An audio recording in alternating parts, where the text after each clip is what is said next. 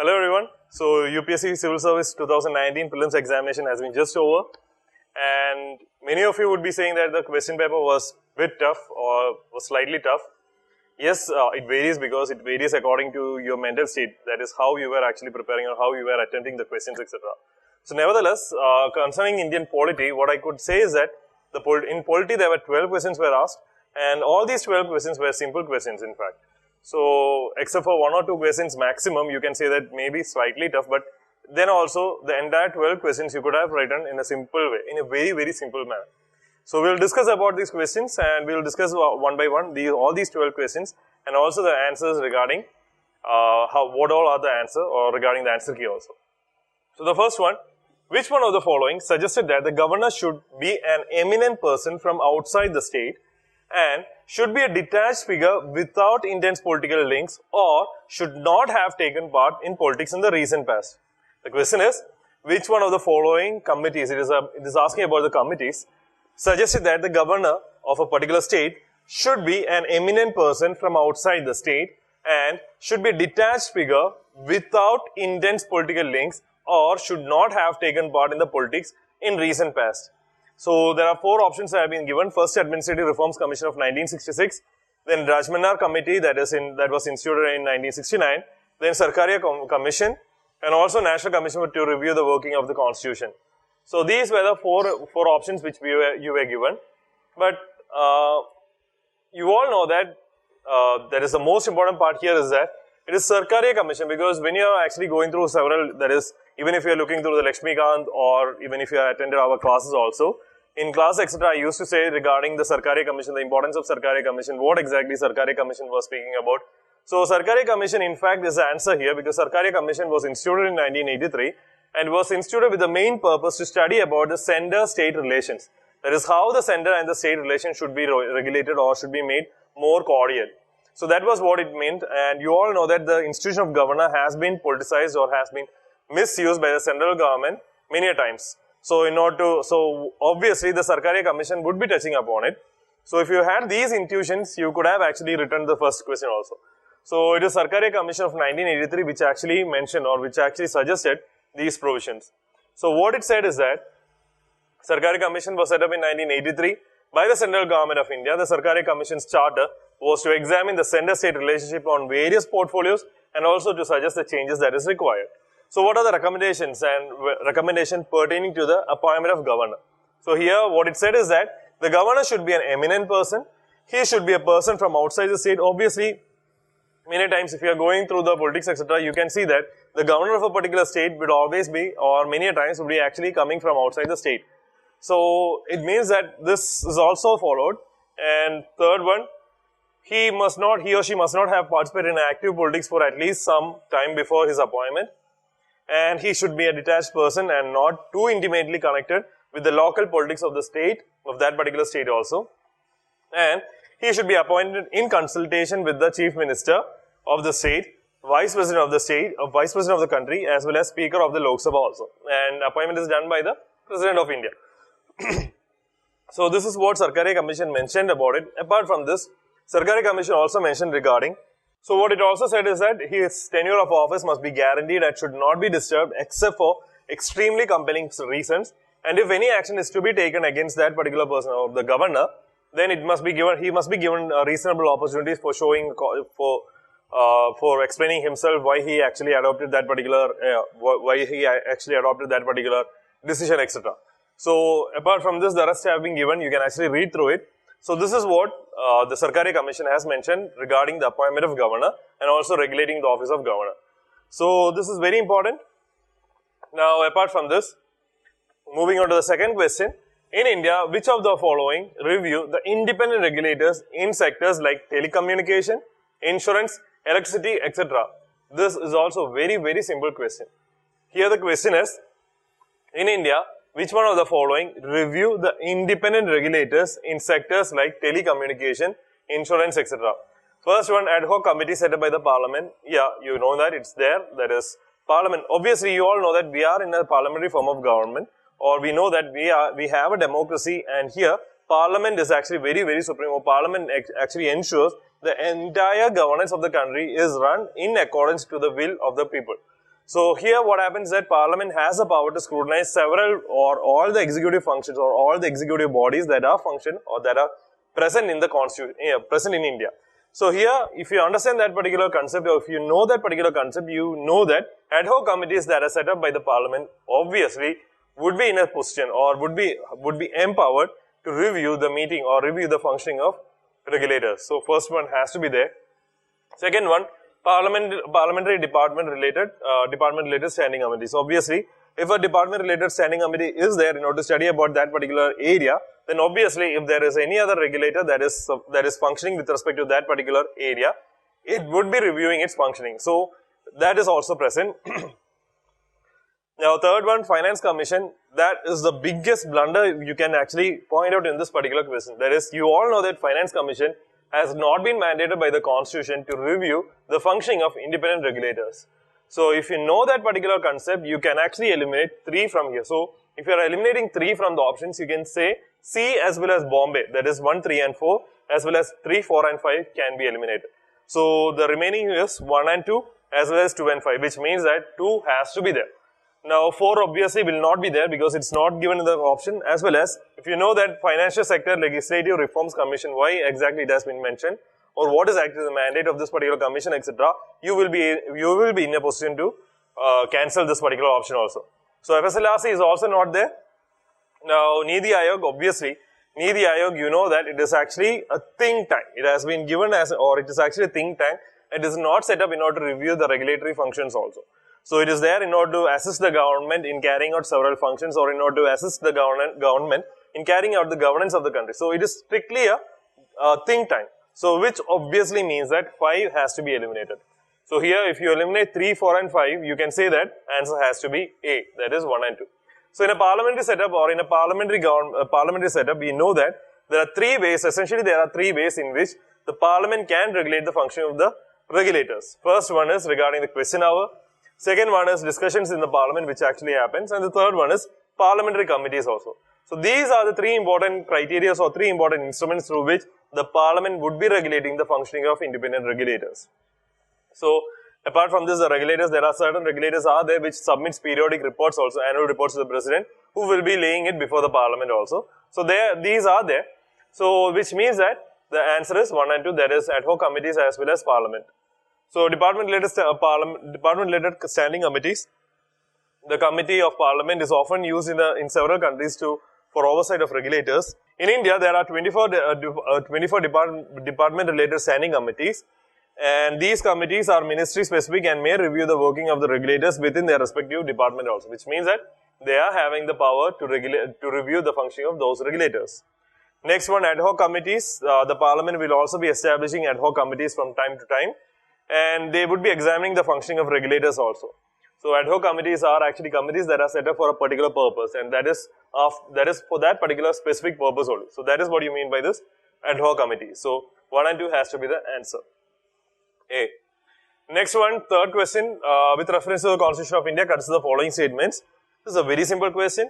No High Court shall have the jurisdiction to declare any central law to be constitutionally invalid. No High Court shall have the jurisdiction to declare any central law to be constitutionally invalid. You all know that our constitution actually guarantees certain power to the judiciary. And one of the most important power that has been guaranteed or that has been given to the judiciary, which has been recognized as a judiciary as one of the basic structure of the constitution, is the power of judicial review. And the power of judicial review has been given to the higher courts, which includes Supreme Court as well as High Court. So which means that High Court will be having the power to review the functioning or to review the legality or the constitutionality of any central law, of any state law, or that can be legislative laws as well as executive laws and rules and regulations also. So the first statement is wrong. Second one, an amendment to the Constitution of India cannot be called into question by the Supreme Court of India. This, you know that this is a very, very wrong statement or a blunder statement. You can rather call it as a blunder statement, because if you are going through the history of the amendments that has been brought in, you will be knowing that there are certain amendments have been there which has been struck down by the judiciary. So which means that if judiciary would be striking that particular amendment, obviously the second statement would be also wrong. An example of this particular statement is the 99th Constitutional Amendment Act, that is NJC Act, that is National Judicial Appointment Commission. So second statement is also wrong. So first statement is wrong, second statement is also wrong, which means that answer has to be D, neither one nor two. So the power of the High Court includes the power to examine the constitutionality of legislative as well as executive orders of both the central and the state government, and to declare it illegal, unconstitutional or invalid if it is found to be violative of the constitution. That is, the constitution has to be, in India, constitution is supreme, and anything that violates or that is actually striking down the constitutional provision would be struck down by the judiciary. The Supreme Court of India is the final interpreter and the guardian of the constitution, and any amendment to the Constitution of India can be examined by the Supreme Court and can declare it to be unconstitutional if it is found to be violative of the basic structure of the Constitution, which has been mentioned in the Keshavananda Bharati case also. So this is the answer. D is the answer. Now moving on to the fourth one. This, many of you said that is actually a tricky question, but it's rather a simple question. I will discuss it. In the context of polity, which one of the following would you accept as the most appropriate definition of liberty? So here it is not actually pertaining, or it is not questioning, or it is not asking you what exactly is the appropriate definition of liberty. There are conditions applied. What is the condition? In the context of polity, this is actually the condition. So without reading this particular area, if you are saying that okay, this is actually this is what you have to answer, then it is wrong. You have to answer the second part of the question in the light of first part of the question. So in the context of polity. So here, liberty, as you all know, liberty has been mentioned in the preamble of the Constitution, and liberty, that is with respect to our Constitution. Liberty in fact stands for our right, that is right to freedom of speech and expression, right to do what, your fundamental rights. That is what you mean by the term liberty, or rather in Indian perspective. So here liberty, obviously you know that liberty is there, but understand that in the context of polity, liberty is not absolute. So here the concept of liberty, or the appropriate definition of liberty, is not what you mean by the absolute liberty term, or the term absolute liberty. It is not mentioning about it. What it is asking is to define or to give the most appropriate definition of liberty in the context of polity. We will examine the options one by one. First one, protection against the tyranny of political rulers. You know that liberty is not just pertaining to protecting yourself or protecting the citizens from the executive. It is also allowing yourself, or it has been also brought forward so that the citizens would be evolving into better personalities. So first one, A is wrong. Second one, absence of restraint. Obviously, liberty would mean that absence of restraint, but in the context of polity, you cannot say that absence of restraint, because absence of restraint in fact points to the term absolute liberty. It is not absolute liberty that has been asked to define. It is actually liberty in the context of polity. So which means that absence of restraint has to be wrong. Third one, opportunity to do whatever one likes. That is also wrong, because you don't have the right to do whatever you want to do, because your right has been restricted in the best interest of the society, in the best interest of the country, and it said like your freedom ends at the tip of others' freedom, or where others' freedom starts. So you can actually say like that. So that's the reason why the third statement, opportunity to do whatever one likes, is also wrong. The fourth one, opportunity to develop oneself fully, is actually what the polity means in the political context, or in polity context, what liberty means. That is, it actually allows you to develop yourself into what you are, so that your personality evolves and you become a better self, so that you can progress yourself and also contribute towards the progress of the country also, to the polity also. So that's the reason why D has to be the most appropriate answer. Absence of restraint.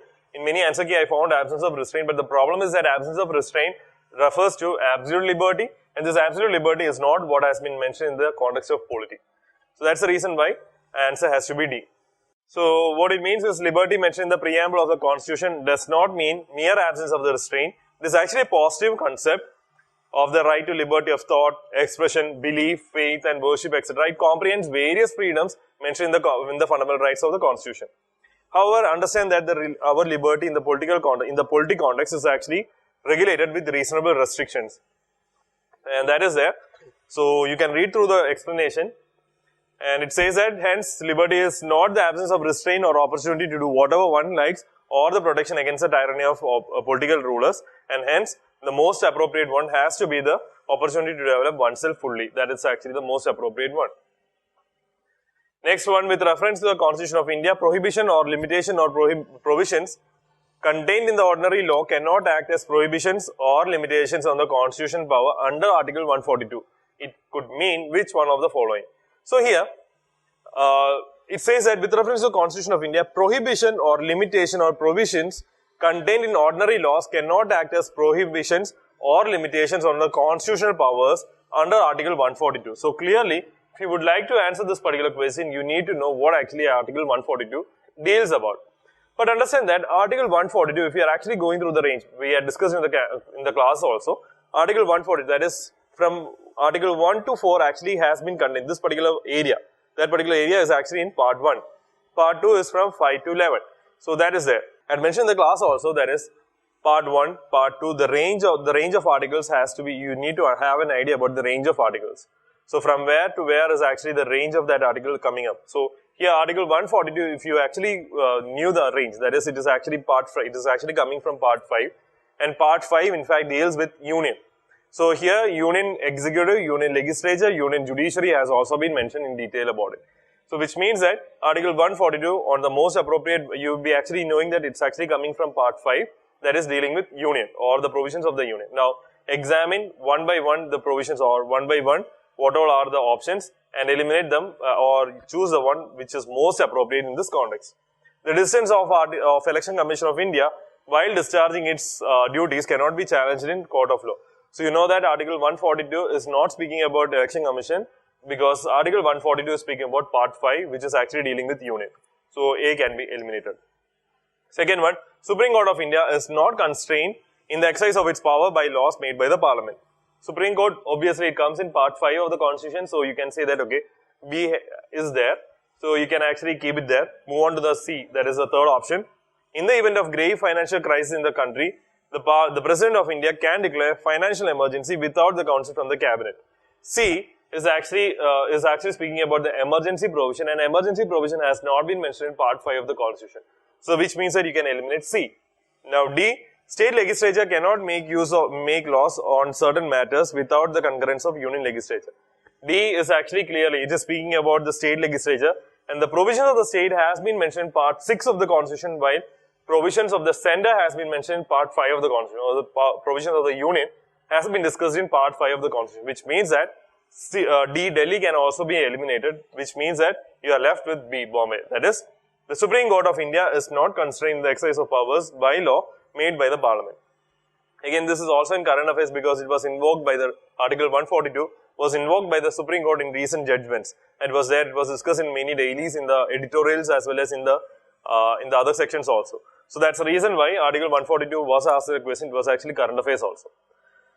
So Article 142 provides that the Supreme Court in exercise of its jurisdiction may pass such decree or make such orders as is necessary for doing complete justice in any cause or matter pending before it. And this is one example which I have taken, that is in Union Carbide Corporation versus Union of India. It actually invoked Article 142 where it awarded $470 million to the victims. So that was there. So answer is B, that is the Supreme Court of India. Now moving on to the sixth question. With reference to Legislative Assembly of the state in India, consider the following statements. The governor, so it is actually speaking about with reference to Legislative Assembly of the state. The governor makes a customary address to members of the house at the commencement of first session of the year. That is, the governor makes a customary address to the members of the house at the commencement of the first session of the house year. This you all know that it is true. It actually, so the governor makes a customary address to the members of the house at the commencement of first session of every of that particular year, as well as the first session of every legislative assembly. So that is there. So which means that first statement is correct. Second one, when a state legislature does not have a rule on particular matter, it follows the Lok Sabha rule on that particular. On that matter. So second one, you know that second one. It may seem to be correct in that particular context, but it is not, because here it is actually a bit tricky. What happens is that the state legislature does not have a rule. It is correct. That is what the Constitution, that is under Article 208. What it says is that state legislature is actually empowered to make rules, but if there are certain areas wherein the state legislature has not made any rule, then any rules that has been followed before the commencement of the constitution would be continuing as it is. So which means that then it is not the Lok Sabha rule that may actually come forward or that would be followed. It is actually pre-constitutional laws or rules, regulations, etc. that has been brought forward or that has been passed before this particular legislative assembly. So which means that second statement is wrong. So answer has to be A. That is one only. It is asking for the correct statement. So Article 176 in fact speaks about the special address of the governor, part 6. And this one is also part 6, that is Article 208 of the Constitution, that is speaks about rules of procedure. What it says is that until the rules are made under clause 1 says that the state legislature is empowered to make rules. The rules of procedure and the standing orders of the force in force immediately before the commencement of this Constitution with respect to the legislature shall have effect in relation to legislature of the state subject to such modifications and exception adaptation as may be made therein. So which means that power has been given, or it says that the pre-constitutional laws, regulations, etc. would be invalid or would be valid then, would be opposed then. Now next one is, which article of the Constitution of India safeguards one's right to marry the person of one's choice? Article 21 in fact speaks about it, because you know that Article 19 is speaking about right to freedom of speech, expression, etc. Article 21 is speaking about right to freedom, that is, it is about right to life and personal liberty. So you know that Article 25 is actually about religious, that is about freedom to religion, and Article 29 is about the minorities freedom. So you know that you can eliminate A as well as C and D, because Article 21, it is speaking about right to life as well as personal liberty, and this actually safeguards one's right to marry the person of one's choice, because it is our personal liberty. So that is the reason why this has to be B. Again, this was invoked by the Supreme Court also recently in Hadia case. It is also known as Shafin Jahan versus Ashokan KM, wherein it actually said that the right to marry a person of one's choice is integral to the Article 21 of the Constitution. Now, 8th one, consider the following statements. The 44th Constitutional Amendment Act introduced an article placing the election of the Prime Minister beyond judicial review. Now here, you need to understand what 47th Constitutional Amendment Act is. 47th Constitutional Amendment Act was brought during the emergency tenure, and it was actually brought by that particular minister, that is Indira Gandhi, to ensure that the power, that is Council of Ministers, or even more than that, it is actually the Prime Minister that becomes all the powerful. So that is the reason why 47th Constitutional Amendment Act was brought in, and 44th Constitutional Amendment Act was brought by the Janata government, and Janata government through the 44th Constitutional Amendment Act negated the mini constitution, also known as the 47th Constitutional Amendment Act, that was negated, and several safeguards was actually brought in order to check the dictatorial tendency that has been introduced by the 47th Constitutional Amendment Act. So the 44th Constitutional Amendment, the spirit of 44th Constitutional Amendment Act was to restore the primacy was to give more primacy to the Council of Ministers rather than to the Prime Minister. So which means that you can eliminate first option easily. That is, the 44th Constitutional Amendment Act of Constitution introduced an article placing the election of Prime Minister beyond judicial review. That has to be wrong. Second one, the Supreme Court of India struck down 99th Constitutional Amendment Act as being violative of the independence of judiciary. Yes, 99th Constitutional Amendment Act was actually speaking about National Judicial Appointment Commission, and since it was actually violated, that is Supreme Court actually struck down, said that it is actually unconstitutional. Why? Because it was actually taking away the primacy of judiciary, the independence of judiciary, etc. And that's the reason why second statement has to be correct. So the first one is wrong, while the second one is right. So the answer has to be B, Bombay. Now moving on.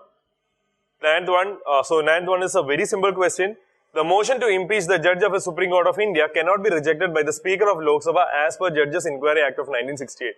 Even if you didn't know about it, that is, even if you didn't know about what exactly is happening in the Judges Inquiry Act of 1968, you could have actually understood, or if you are following the current affairs, you could have knew, or you would have known that the recent fact wherein the chairman of Rajya Sabha had rejected that is the motion to impeach a judge. So that is something which you can actually recollect here, and thereby you can actually eliminate option 1. So if you are eliminating option 1, you can eliminate 1 and 2, say A as well as D, 1, 3 and 4. So the remaining one is B as well as C. There is 3 only as well as 3 and 4 only. So you know that 2 is not there, but again let's go through it. The Constitution of India defines and gives detail on what constitutes incapacity and proved misbehavior of the judges of the Supreme Court of India. Again, the Constitution has not defined, in fact, what exactly incapacity and proved misbehavior is, how it has to be established, etc. has been actually defined or has been mentioned in Judges Inquiry Act of 1968. So that is there. So second statement is also wrong. And the third one, the details of the process of impeachment of judges and the judges of the Supreme Court of India is given in Judges Inquiry Act of 1968. Third one is correct. Fourth one, if the motion for the impeachment of a judge is taken up for voting, the law requires the motion to be backed by each house of the parliament and supported by a majority of total membership of that house and not less than 2/3 of the total members of that house present and voting. Yes, that is actually the majority that is required. So it is actually, if the motion for the impeachment of the judge is taken up, it has to be supported by a it has to be supported by majority, that is in each house it has to be supported by a majority of total membership of that house and not less than 2/3 of the total members of that house present as well as voting. So that is it.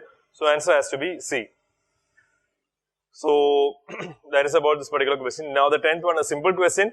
A 9th schedule was introduced in the Constitution of India during the Prime Ministership of Jawaharlal Nehru, Lal Bahadur Shastri, Indira Gandhi, Moraji Desai. 9th schedule was actually inserted. So you know that our Constituent Assembly, after functioning as a Constituent Assembly, actually also functioned as the first Parliament of independent India. So this first Parliament itself brought in the first Constitution Amendment Act, which was actually brought in, or which actually inserted the 9th schedule so as to restore, or so as to insulate the agrarian reforms that was taken up by the government, so that the landless laborers were actually distributed lands from the wealthy zamindars.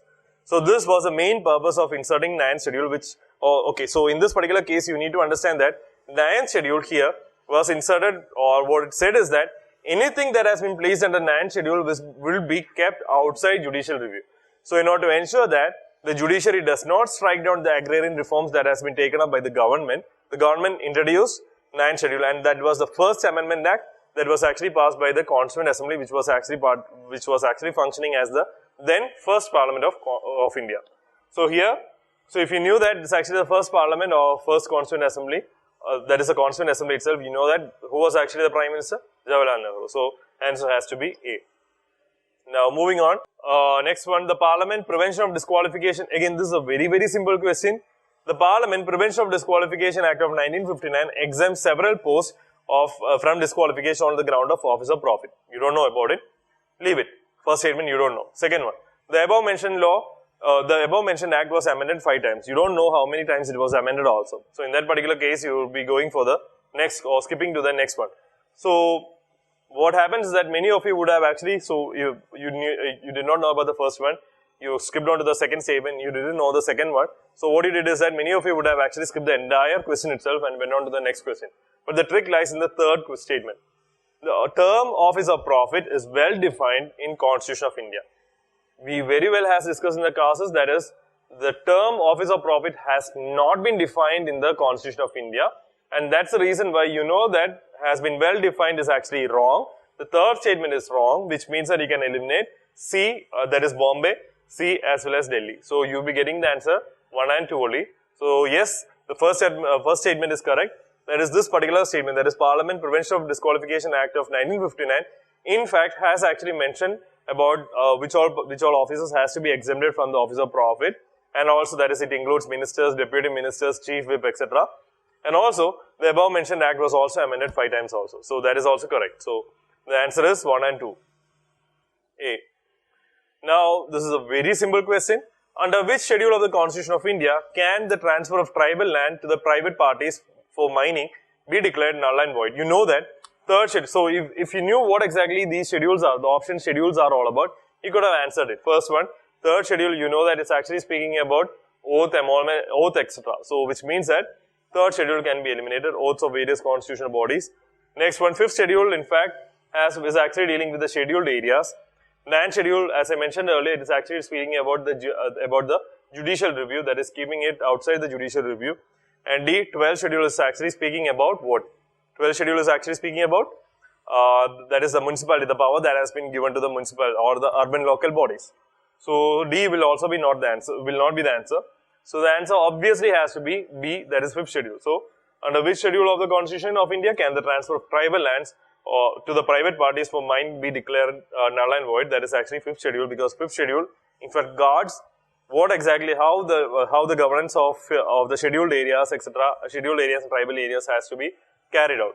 So it is the B, option Bombay is actually the answer. With that we are coming to the end. That's all. Thank you.